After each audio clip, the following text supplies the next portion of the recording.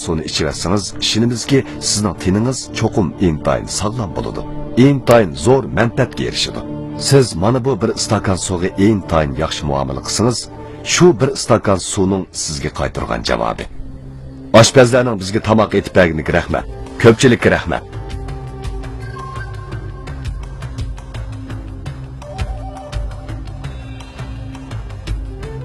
Mana bular bir qism an'anaviy madaniyatni o'rganayotgan bolalar. G'izolanishdan burun ular taomga qarab turib minnatdorlik so'zini o'qiydi. Har bir qo'shiq taomning kelishi oson emas. Yemeklikni isrof qilmaymiz. Mehmondorchilikda oshko'zlik qilmaymiz. Taomni oz yegan yaxshi. Har bir ko'ktot xuddi go'har.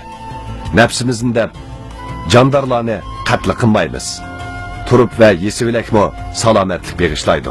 Taom yeyish yoki yurish turishda cho'nglar avval, kichiklar keyin yemeklikni ilg'maymiz. Haddidan oshirib etmaymiz.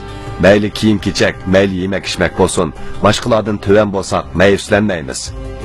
Asab qilmaymiz. Qachonda tomoq ichib qolsa, yo'ldagi soillarni esinga ol.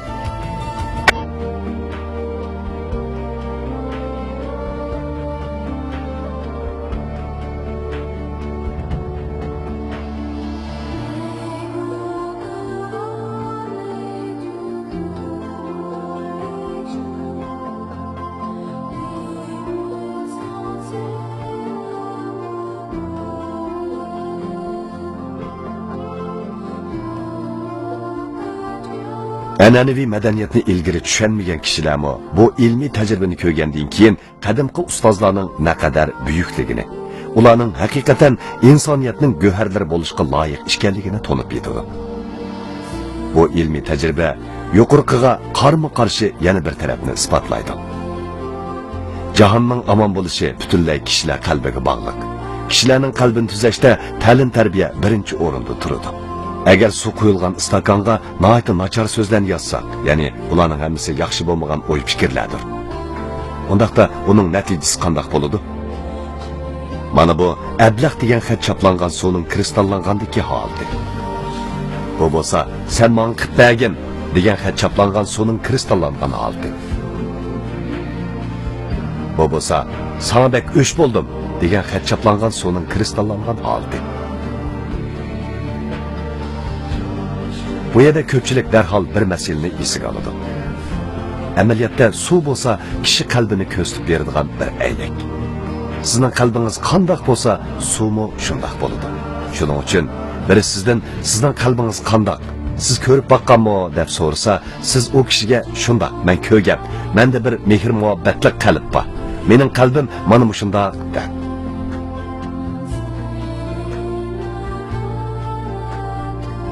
Kishilar albatta shuni tunib yetalaydi-ki, agar bir odamning qalbi davomli mushu xil holatda bo'lsa, bunda qalbga ega kishining tan salomatligi albatta yaxshi, umr uzun bo'ladi.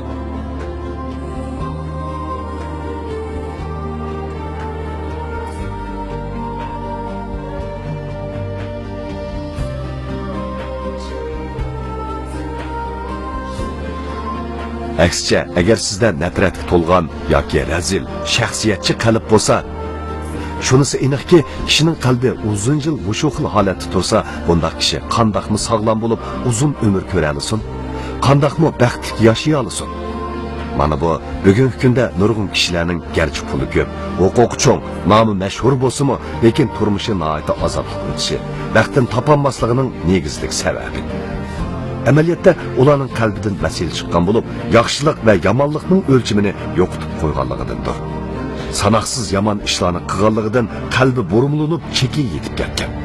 O'lgidek azoblanayotganligidandir. Afsus, ular buning nima uchunligini yanada bilmaydi. Olimlar bizga bunday aytadi. Odam badanining 70% dan ko'pragi suvdan tarkib topgan. Agar sizning badaningizdagi suv kristali doim shunday burmulangan holatda, ko'rimsiz holatda bo'lsa, siz bardoshlik bera olamsiz. Siz beorom bo'lmasangiz, kasal bo'lmasangiz, ajablansak bo'ladi. Boshqalarga yomonlik qilsang, avval o'zingiz ziyon uchirtsan. Niyatning yomonligidan badandagi qon va suv butunlay burmulangan holatda bo'lsa, oxiri o'zing kasal bo'lasan. Biz yana ko'rib boqaylik. Mana bu German yezigidagi ablah degan so'z chaplangan suvning kristallangan holi. Bu fransuz tilidagi odam tillagan so'z ablah. Bu rak kesili degan so'z chaplangan suv. Bu bo'lsa voz kechish degan so'z chaplangan su.